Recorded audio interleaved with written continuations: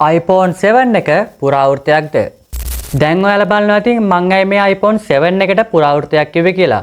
ඔයාලා දන්නවා මේ වෙනකොටත් iPhone 4S එක 5S එක වගේ iPhone කිහිපයක්ම මෙන්නට පුරාවෘත්ත බවට පත් වෙලා තිනවා. ඒ කියන්නේ මේවා iOS update ඒ වගේම app update වගේ ඒවා නැති නිසා මේ iPhone පාවිච්චි කරන්න නැතුව ගිහිල්ලා තියෙනවා. ඔයාලා දන්නවා මේ වෙනකොටත් මේ iPhone වලට iPhone 4S එක ඉPhone 5S එක වගේ ෆෝන් භාවිත කරන්න නැතුව වෙලා තියෙන්නේ. ඒ වගේ තියෙන features පරණ නිසා සහ ඒකට හොඳ iPhone වගේම Android ෆෝනුත් මේවට ලංකාවේ සහ ලෝකෙ තුල අපිට බලා ගන්න පුළුවන්. මම මේ iPhone 7 එකට පුරාවෘත්තයක් කිව්වේ ඇයි කියලා ඔයාලා දන්නවද?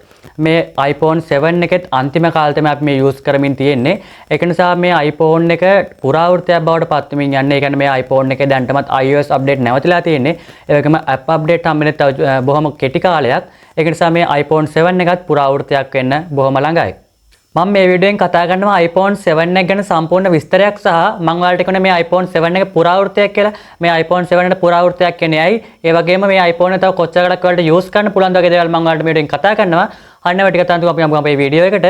වීඩියෝ යන්න කලින් ඔයාලට පොඩි දෙයක් මතක් කරන්න ඕන. ඔයාලා මගේ YouTube channel අලුත් කෙනෙක් නම් දැන් මේ වීඩියෝ like එකක් දාලා මගේ YouTube channel subscribe කරලා set වෙන්න. අන්න අපි යමු අපේ වීඩියෝ එකට.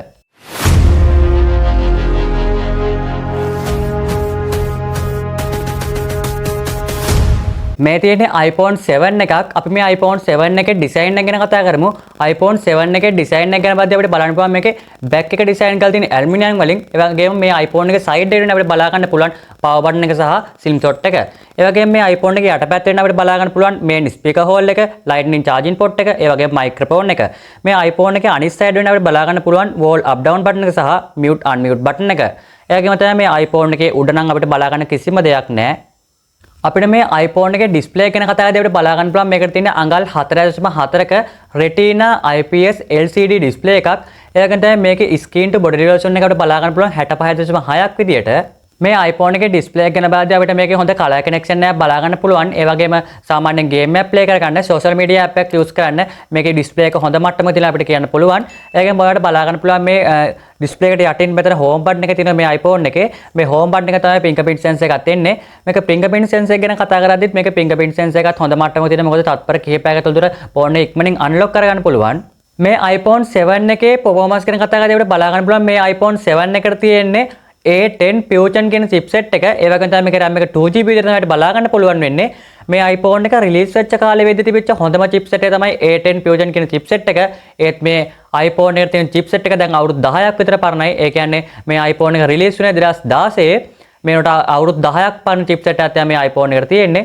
ඔයාලට කනගාටුවෙන් වුණත් කියන්න තියෙන කාරණේ තමයි මේකට මේ iPhone එකේ සමහර app games වගේ දේවල් run කරගන්න බෑ. ඒ කියන්නේ මේ iPhone එකට තියෙන පරණ chipset එක නිසා දැන් තියෙන app සහ සමහර games මේකේ run කරගන්න බෑ. ඔයාලට මේකට බලා ගන්න පුළුවන් සමහර මේ iPhone 7 වල WhatsApp, Facebook වගේ ඒවා delete වුණොත් මේකට සමහරවිට download කරගන්නත් බෑයි. ඒ කියන්නේ මේ iPhone එක ඒ තරමටම පරණයි. මේ iPhone එකේ අන්තිම අවුරුද්ද දෙක වගේ තමයි මේ iPhone 7 එක මේ use කරන්න පුළුවන් කාලේ ඉඳලා බලා ගන්න පුළුවන්. iPhone 7 එකේ කැමරා setup එක ගැන කතා කරද්දී අපිට බලා ගන්න පුළුවන් මේකට තියෙන single camera setup එකක්. ඒ වගේම මේක megapixel 12ක් තමයි තියෙන මේ iPhone එකේ back cam එකේ. මේකේ selfie camera ගැන කතා කරද්දී මේකට තියෙන megapixel 7ක කැමරාවක්.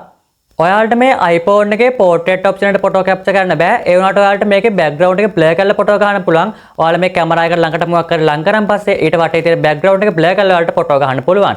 ඒ වගේම මේකේ video කරපු පැත්තෙන් බලුවම පස්සේ මේකේ 4K දක්වා video record කරන්න පුළුවන්. මේ කැමරා එක ගැත්තෙන් බලුවම නම් සාමාන්‍යයෙන් හොඳ quality එක තියෙන කියලා බලා ගන්න පුළුවන්.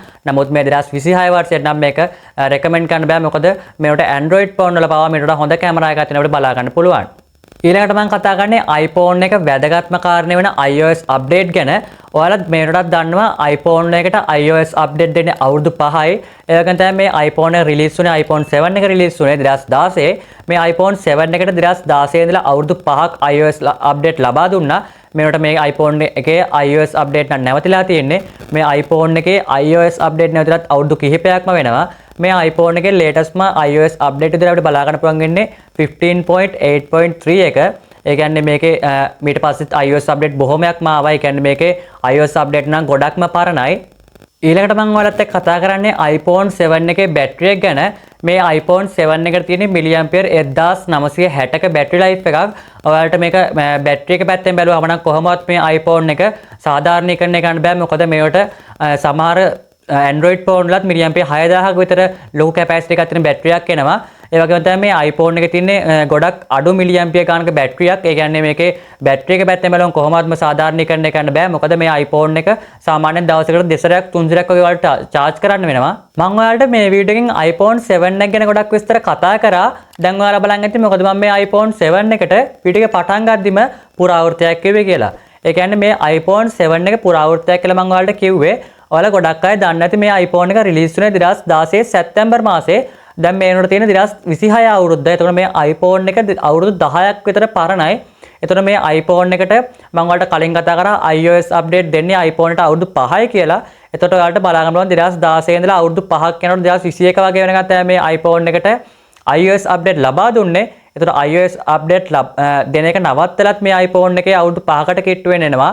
එතකොට මේ iPhone එකේ තියෙන්නේ පරණ features ඒ කියන්නේ පරණ iOS version වල දුන්න features තමයි ඔයාලට මේ iPhone එකේ තාමත් බලා ගන්න පුළුවන්. ඔයාලත් iPhone 7 එකක් use කරන කෙනෙක් නම් දන්නවා මේනට සමහර social media app වගේම සමහර app මේ iPhone එකට support කරන්නේ නැහැ. සමහර games පවා මේ iPhone එකට support කරන්නේ නැහැ. සමහර iPhone 7 වලට මේනට Facebook WhatsApp වගේ social media app delete කරාම ආයෙක install කරන්නත් බෑ කියලා තත්ත්වයක් තමයි අපිට සමහර කට්ටිය කියන්නේ. ඒ කියන්නේ මේ iPhone 7 එකේ ඒ වගේ app එකක්වත් run කරගන්න බෑ. ඒ කියන්නේ ඒ තරමට මේ iPhone එක පරණ වෙලා. ඔයාලා මම ඔයාලට කලිනුත් කිව්වා iPhone 5s එක 4s එක වගේ මේ iPhone 7 එකත් තව අවුරුද්දකින් වගේ මේ iPhone 7 එකත් පාවිච්චි කරන්න නැතුව යනවා. මොකද මේ iPhone එක අපිට use කරගන්න බෑ. සාමාන්‍යයෙන් call එකක් ගන්න වගේ දෙයකට විතරයි මේ iPhone 7 එක අපිට use කරන්න පුළුවන් වෙන්නේ. ඔයාලත් iPhone 7 එකක් පාවිච්චි කරන නම් අනිවාර්යයෙන්ම කමෙන්ට් එකක් දාලා ඔයාලගේ එක්ස්පීරියන්ස් එක බෙදා ගන්න. ඒ වගේම තමයි මේ වීඩියෝ එක ඔයාලට ප්‍රයෝජනවත් වුණා කියලා මම හිතනවා. මොකද මේ iPhone 7 එකක් කියන්නේ සාමාන්‍යයෙන් iPhone වලට ගොඩක් කට්ටිය උනන්දුයි. මොකද මේ iPhone පාවිච්චි කරන ගොඩක් අය කැමති.